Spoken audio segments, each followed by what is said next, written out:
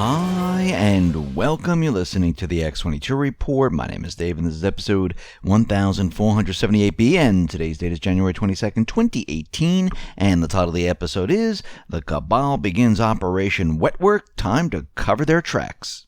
Let's get into the economic collapse, political, and geopolitical news.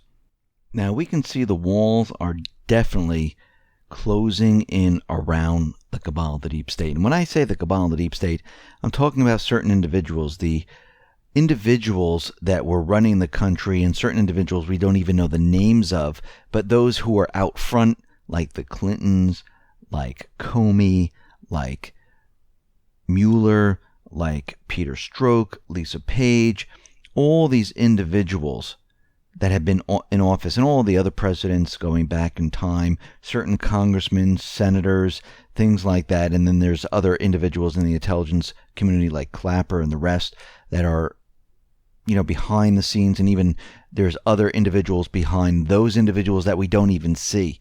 And then we have the central bank, of course. But what we are seeing is that everything is starting to fall apart. Now, the corporate media is not even touching this. They don't even want to talk about it. They don't want to talk about the memo. They don't want to talk about the emails. They don't want to talk about the texts. They want to talk about absolutely nothing. Now, there was a major contradiction that has been discovered when we're talking about the FBI and how they lost 5 months of text messages. Now, Michael Horowitz, the Department of Justice Inspector General, claimed his office received the texts in question between the FBI employees Peter Strzok and his mistress Lisa Page last August.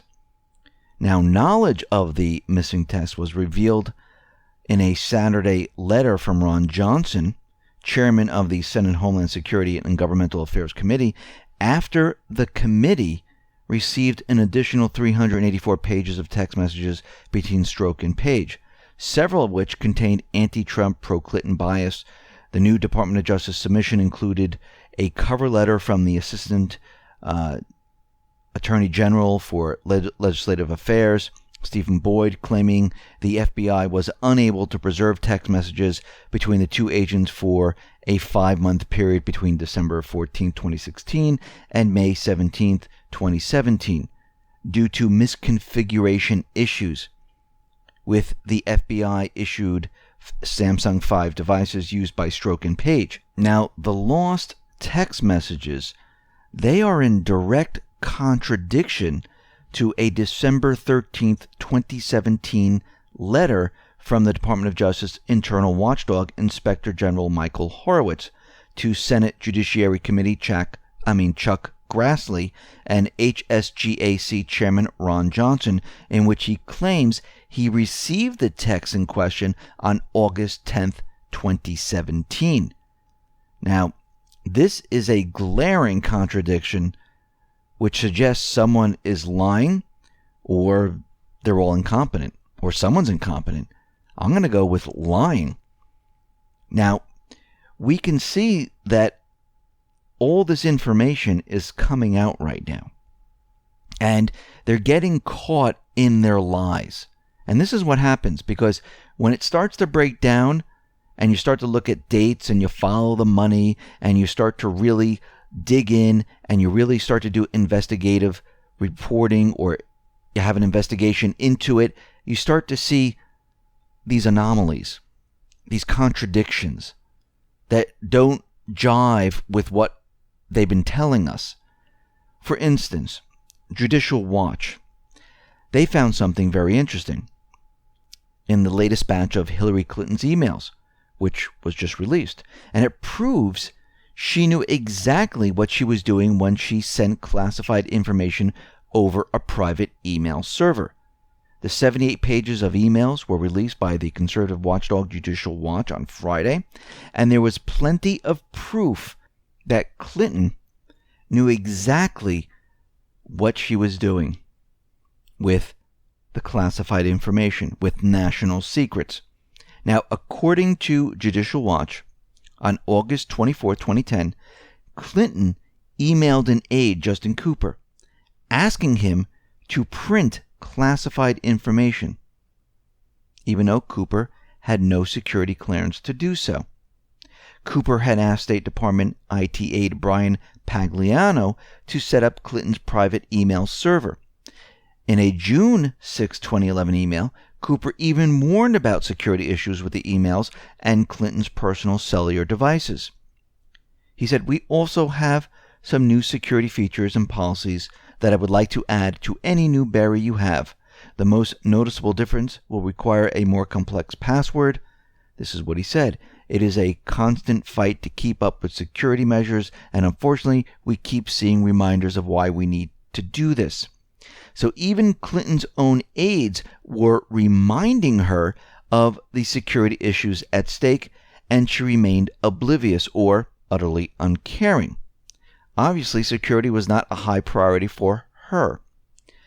These new emails refute Hillary Clinton's repeated claims of having little or no knowledge about her email system. She clearly was fully in charge of setting up her email system and overseeing its use. Remember July 2nd, 2016. Clinton was interviewed by the FBI about her use of those private email servers. Clinton told the agents she could not recall any briefing or training about the retention of records or handling classified information. Now, the last time we checked, lying under oath is perjury, because her aide in these emails was discussing security with Clinton. And if you lie under oath in a federal case, it carries a sentence up to 5 years in jail. Didn't they get other individuals when the FBI with Mueller saying that they lied to the FBI? Well, isn't this the same exact thing? And we can see right now they're getting very nervous. And this is why we're starting to see the Wetwork. This is why we're starting to see individuals that have links to the Clintons or anyone else. They're going to be removed because they are nervous, they are afraid, and they get rid of those individuals that might damage them. Now, it's very interesting. There were this billionaire couple, Barry Sherman and his wife Honey. And on December 15, 2017, they were found hanging in, I think, their apartment. And the Toronto police said their deaths are being reported as a professional contract killing. And they were found hanging side by side in their Toronto home, and they were both murdered. Now, what's very interesting about this is that they have links to the Clinton Foundation in Haiti, and they handled a lot of what was going on there. And they might have known something, and they needed to get rid of them, because we know a lot of that money that was supposed to go to Haiti never actually got there. And we know the Clinton Foundation is a fraud. We know the McCain Institute. These are all money laundering operations that they created to make everyone think that they're doing these wonderful things. But they really aren't. We see Google, along with Facebook now, they removed their fact-checking function. Because before, what they had there was a little, thing saying, oh, you need to fact-check it with Snopes and other things. And they basically, this wasn't really fact-checking. This was trying to push their agenda of, this is the truth, don't believe anything else. But it failed because people don't believe when you tell them that this is the truth. People like to do a little bit of research. People like to say, well, this doesn't sound right. And they try to convince people to say, no, what you're seeing here is the truth. Everything else is not the truth. But the people are smarter than that. The people said, no, I don't believe this. This doesn't work. And as more and more information came out, and these fact checkers turned out to be fake, phony, and false, people started to say, yeah, I'm not going to believe them anymore. And this is what happens every single time. Because you can't force people into believing something, because people have this mechanism inside of them where their senses go up and say, hey, this doesn't sound right. Not everyone does it, but there's a majority of people that do it. This is why the alternative media, the new media, has come out, because people are out there saying, yeah, this doesn't make sense. This isn't right. Now, out in South Korea, we understand North Korea is visiting South Korea. They had to halt their visit in the beginning because they got some intel reports saying something might happen, and then they resumed their visit. And now South Korean President Moon Jae-in is saying, listen, these talks during the Olympics, they should lead to nuclear talks with the U.S. And we can see how this is all being set up. But we see out in Japan, Japan has held another missile evacuation drill in preparation for North Korea firing missiles. And what's very interesting about all this is they're continually doing this, prepping people. And usually when they do these type of drills, it's because they're going to try a false flag. Remember, Q has said that there's going to be a major false flag. And I believe that the Cabal, the deep state, they will try something because we're seeing a lot of these drills. We had the two messages come out in Hawaii, one in Japan. Then Japan decided to have another drill. And we're starting to see a lot of this. Now, the Cabal in Syria, they are pushing their agenda very hard. And they're trying to start a war. But it's backfiring because we can see the Trump administration, the Patriots, they were on to them. This false flag never got off the ground. And what's very interesting about all of this is that they're trying to force a war with Turkey, maybe using Article 5, getting Russia involved.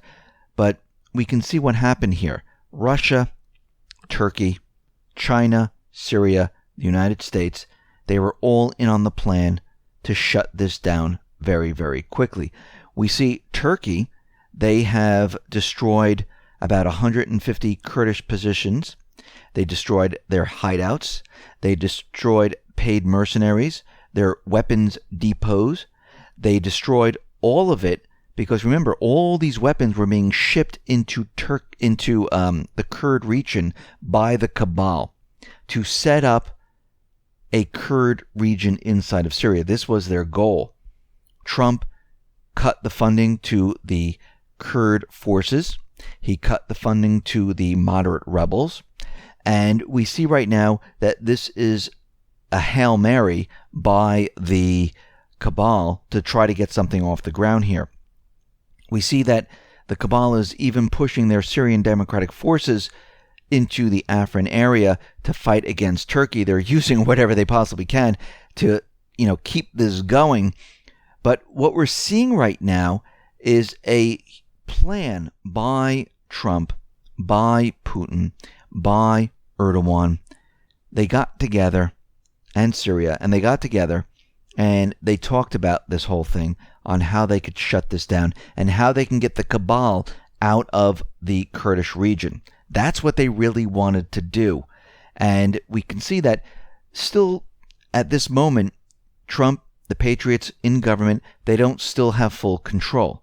There are still factions out there in different departments that have full control that are still pushing their agenda. But we see Defense Secretary Jim Mattis says Turkey gave the U.S. military advance notice of its airstrikes against the Kurdish targets in northern Syria. And Mattis defended Turkey, calling it a trusted NATO ally with legitimate security concerns about Syria. And he said U.S. forces based in Syria, they're not at risk right now.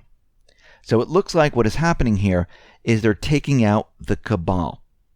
Now, Turkey, their envoy, visited Russia, got Russia's blessing on this whole operation, because believe me, Turkey is not going to do anything without their blessing. And what we're seeing here is that this is a coordinated effort. We see Tillerson is out there, and he's saying that the United States hopes to work with Turkey to try to create a security zone in northwest Syria to meet its legitimate security needs. And he says the United States has told Turkey, let us see if we can work with you to create the kind of security zone you might need. Now, this is very interesting. Mattis understands what Turkey's doing. Tillerson understands what Turkey's doing. And we need to go back to November of 2017 for a second here. Because Trump, he spoke to Erdogan about the Syrian crisis. He wanted a better relationship with Turkey. The reason for this is because they knew ahead of time what was going to happen. And remember, Trump cannot work with Russia right now. The corporate media, the cabal, would be all over him. Remember, there's still a Russian collusion investigation going on. Even though we know it's fake, phony, and false, it's still happening. So they came up with the idea to use Turkey in this situation. Because if the U.S. was working with Russia and Russia went into the Kurd region, that would be a problem. If the U.S. works with Turkey, and we know that Turkey has been fighting against the Kurds because they consider them a terrorist group, then that would be all right. So this is why Turkey took the lead on all of this. This is why Turkey went into Syria with Russia, the U.S., Syria's blessing. And they're pushing the agenda to destroy everything the cabal has been building up there to separate Syria. Remember, go back. Tillerson, Trump, they've already said they respect Syria's sovereignty. Assad will be the leader. Trump is on board with what Russia and China are doing. And this was a maneuver to outsmart the cabal. And it is working. And everyone believes that Erdogan's going to go in there, then he's going to go into the Kurd region, take that over, he's then going to go to Damascus. No. Erdogan is taking his orders from Putin. Putin is completely in control of the situation. He's not going to do anything against what Putin says. And all of this has been designed to get rid of the cabal. We see that there's a potential false flag happening right now where there are reports coming from anonymous sources known as rescuers and the White Helmets, they're a fake organization, about another chlorine gas attack in Syria's capital of Damascus. And they're saying that Assad is using chlorine gas once again. But we know this is completely fake, phony, and false. Actually, an analysis by Swedish NGO Doctors for Human Rights accuses the Syrian civil defense, the White Helmets, of falsifying information about its humanitarian work in Syria. According to the Swedish human rights activists, so-called rescue procedures filmed in a White Helmet's propaganda video is a complete staged hoax. They're saying everything that they've done there to help the people, well, they can tell it's completely staged, and they're a fake organization. They were created to make us believe that they're helping, but they were not helping the people. They were helping stage false flags. So we see this false flag happening right now. It's not going to get off the ground. We can see that the cabal is using the same old tricks they've always used. We see the Islamic State is out there, and this is coming out of the Washington-based Middle East Media Research Institute, MEMRI, which is a Mossad type of organization, just like Site Intelligence. And they're saying that the Islamic State is calling for assassination and ambushes all over the world. And I believe these are messages. When you hear these things come out of Site or MEMRI or any of these things, I believe this is messages going out to the cabal, the deep state, telling them what to do next. And there's probably certain codes within this telling them that we need to ramp this up, we need more false flags, we need all of this to happen. And what we're seeing right now is everything is starting to fall apart for the deep state. They're going to keep trying. They're going to keep pushing as hard as they possibly can.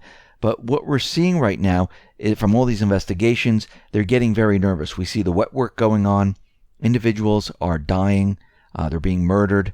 We're going to see a lot more of that as more and more people are implicated in this. We might even, they're not going to run just yet, but I think as the walls close in on them even further, we might even see some of these individuals try to escape or leave the country and never look back. Or if the walls close in even further and they're still here in this country, they might even commit suicide. But what we're seeing right now is it's all falling apart, and we're still looking and detecting any type of indication that there's any type of major false flag coming, because Q did mention that in one of his drops of all this information.